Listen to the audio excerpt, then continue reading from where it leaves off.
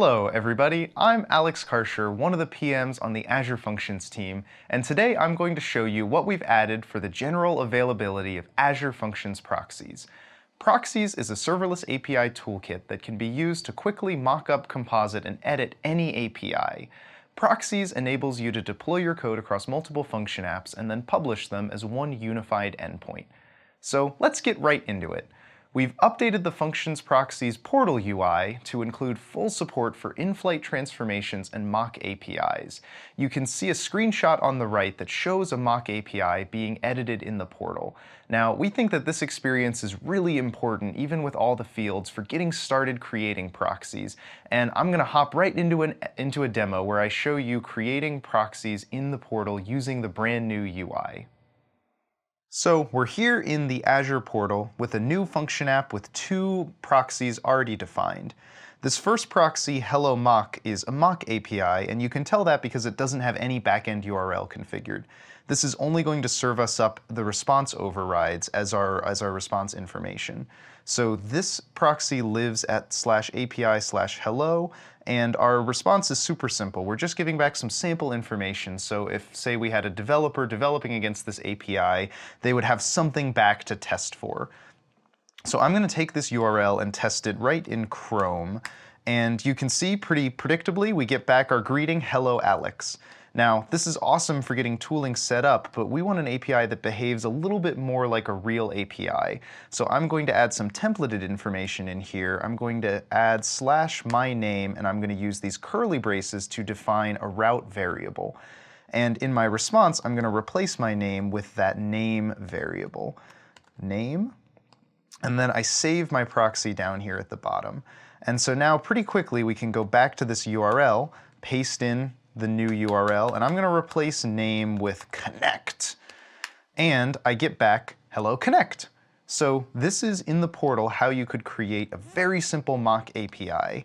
And moving along, you can also call backend APIs using different transformations. So this API is calling, this proxy is calling a backend URL in the HTTP bin HTTP testing endpoint. So not even a function that I could control myself, nothing crazy up my sleeves. This endpoint returns back any request headers that you send along with your information.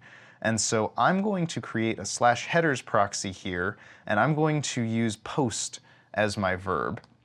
Now, in the request override, I'm going to add a header on so that I can see it back in that headers endpoint, and I'm going to change over to the HTTP GET method because this API only takes GET response or GET requests. This is a perfect example of something you'd want to do if you're proxying a legacy API that perhaps doesn't quite match the API schema of whatever newer API you're proxying it along with. So we're going to test this API using Postman, and I first want to copy my URL, and then I can go into Postman. This is an API testing tool for anybody not familiar. It's similar to Fiddler. And I'm going to change my request in Postman to a post and give it my URL, my route /headers. I send this request, and then I get back a dictionary of my headers, and you can see right in here, name Alex has been appended. And just to show that this endpoint is responding to dynamic data, I can add a new header, and I'm going to call this one new name, and this value is connect. And if I send that back through to my endpoint, you can see that I have name and new name returned back in this dictionary.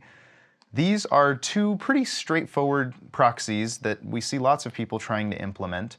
And once you have them defined here in the portal, you can go into the advanced editor and make changes directly to that proxies.json file. This is the Monaco editor that we embed here in Functions. And this lets you see the underlying schema of your proxies. You can see that hello mock API with its matching route, and then its response overrides laid out here in the proxies JSON, and this is going to be the same sort of file that you'll see in the local tooling. That was the new Azure Function Proxies portal UI. Moving along, the next feature we've added for the GA of proxies is OpenAPI support for any proxies that you create. Those rules will now show up in any OpenAPI templates that you generate in Azure Functions, and you can use those templates to import your API into a bunch of other tools.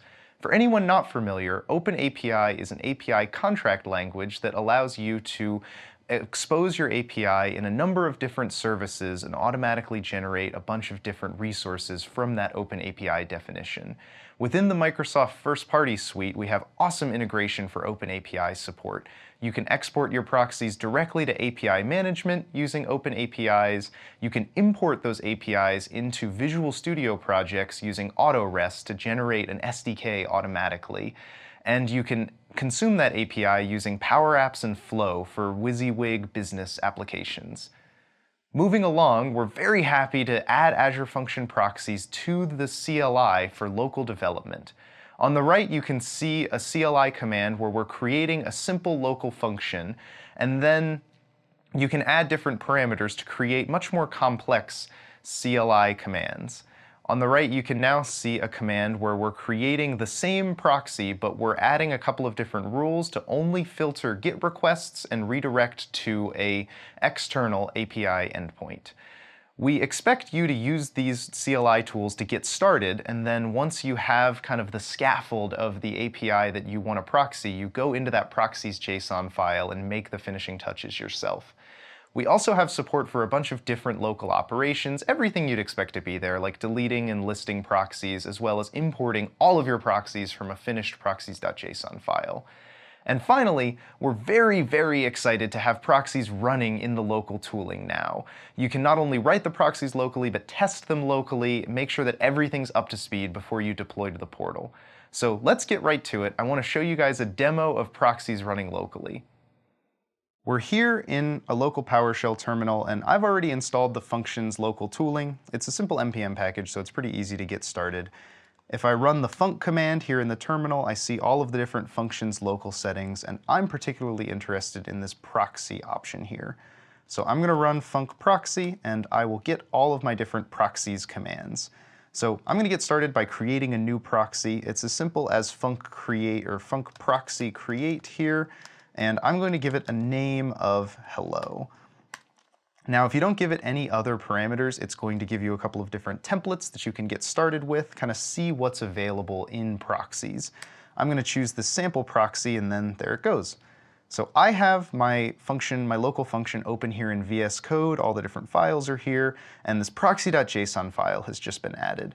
So if I click into it, you can see this test proxy, it's loaded up. It's super simple. It just takes GET requests and sends them to the HTTP bin testing service and gets back your public IP address. So I'm going to run proxies locally now and make sure that this is all up and running. It's going to be as simple as starting the local functions runtime, just func host start to get started. It's going to show me what IP it's listening on, or well, I guess localhost, and then what port it's listening on here, 7071. And I'm going to use Postman to run this test, just get on 771, and my route is /test. So if I send this through, it's sent out to HTTP bin and back and gotten me my public IP address. Perfect. So now I want to replace this with a little bit more complex proxy, and I'm going to do that again from the command line. I'm going to use the same proxy that I used in the presentation. It's here in Visual Studio Code to add a little bit more complex proxy. This one is going to have a different route /hello. It's only going to accept GET requests, and the backend URL is going to redirect to a local function that I've already set up beforehand. It's just the default HTTP trigger code, which takes in a name as a query parameter and returns back hello with that name. So I've made that change, and I can go into Visual Studio and validate that that change did happen. I actually have both, perfect. So now I have this proxy on hello, and if I run the functions runtime one more time, and then I go back to Postman /hello, and then I'm going to add a query parameter here to give my name equal to proxies. So I'm going to send this along. And it returns back hello proxies. Perfect. So that was proxies running locally in the Visual Studio tooling. So that was function proxies being built and run locally. And last but most certainly not least, we've added support for application insights to Azure Function Proxies. App Insights, for anyone who doesn't know, is a powerful monitoring service in Azure that gives you real-time analytics as well as historical data. And Proxies now publishes events to App Insights, so you can see, as you can see on the right, the request flow, any latency, and then any error codes that are going to be generated for any of your proxies running through functions. And this enables you to attach application insights monitoring not only to Proxies APIs, but any legacy APIs running through Proxies. And we think this is really powerful for anybody that wants monitoring without having to rebuild and redeploy their API to publish events directly to App Insights. So, in conclusion, this month we're announcing the general availability of Proxies, and with it we're bringing to production a bunch of awesome features that we've added since GA. That includes the brand new portal UI for defining overrides and mock APIs visually, Proxies being included in OpenAPI definitions, that brand new CLI tooling to build and run proxies locally, rich App Insights monitoring, and we've added general performance improvements that have enabled us to turn proxies on for every new function without impacting the performance of non-proxies functions. So, in conclusion, you can now use proxies for any production workload you want. We're really excited to see what you guys build, and we're really excited to get feedback on how you're using proxies in the real world. To get started, you can read our docs at aka.ms/proxiesdocs, and the whole project is open source, so you can engage with the team directly at Azure Functions, and you can engage with me directly for proxies feedback at Alex Karsher. You can also check out our GitHub and see the source code, as well as submit any issues if you run into kinks building proxies. And if you have any feature requests, go to our user voice at aka.ms/functionsuv. That's where we look for any new features, and we're pretty quick about turning those into GitHub items for new functionality. That was Azure Function Proxies, and I'm Alex Karsher. Thank you very much for watching.